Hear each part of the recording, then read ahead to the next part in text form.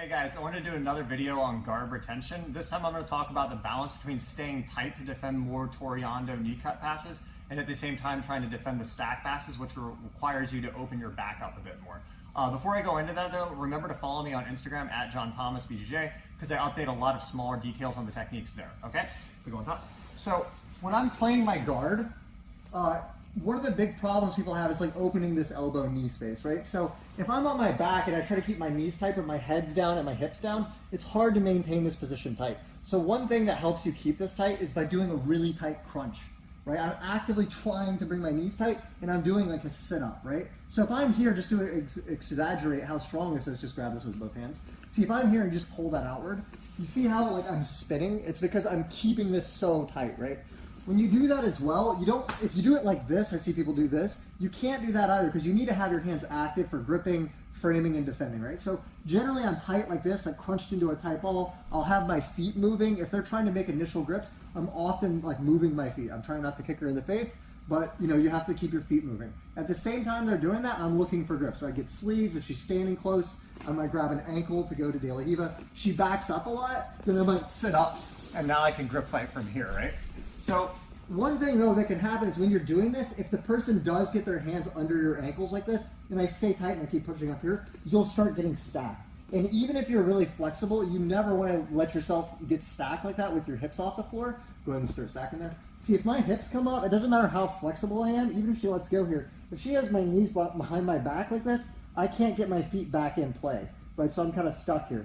So what you have to find is there's this balance between the anti-stack motion, which I did a video on before, so go ahead and start pressing up, where I kind of more open my legs and arch my low back, and see I drive my head down, and I open my shoulder blades. So if she starts stacking here, like this, I can kind of walk back, and eventually I'll kick my feet off to come back down.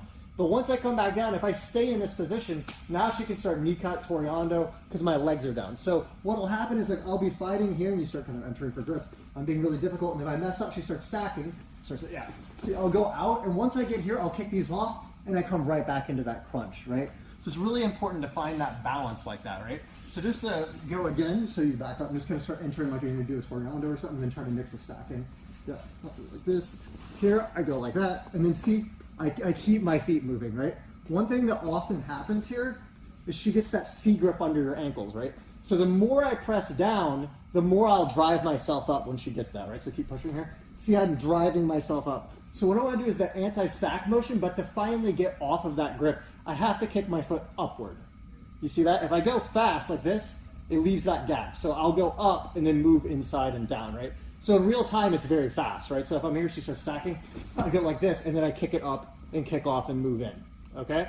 And again, if you start to get stuck in the reverse, like where you start going up here too much and then she starts switching to push the legs down, right? Now you have to come back into that tight crunch. See, it's way easier to get your feet in. It's way easier to move. When you're in a tight crunch as well, there's less of your back on the mat. So when you're in that tight crunch, if you think of like a top, right? If you try to spin a book, it's not gonna spin, it's just gonna move a little bit. If you have a top, there's a small point of pressure. So when you're in that tight ball, it's like this is your body and you curl up into this, so there's one small point and it makes it easier to spin to recompose. So here like this, she starts passing like this way maybe. See here, it's easier to move, right? Go ahead and stand there, it's fine. Watch this, just stay there, you're good. Watch, here it's really easy to spin, right? Just because you're tight. If you're flat like this and you try to spin, you don't move, right? So that's kind of the idea. It's a small thing. That's that grip fight phase between when you're in an actual position and when you're trying to set up the grips. But that's where a lot of jiu-jitsu happens, is in that mid-battle, right? So try to focus on that in your training, just staying in the tight ball, and then also trying to prevent the stack by doing that opening motion. If you guys are a little confused on the stack thing, I have another video on that. I think it's, I'll put the link in the description for that video.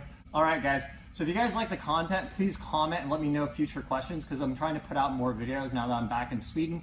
And I'll do like these bigger videos as well, but I also want to do a lot of quick short videos to answer some of the questions that pop up in the comments, okay? So as always, if you guys like the content, please like, share, subscribe. Thanks a lot.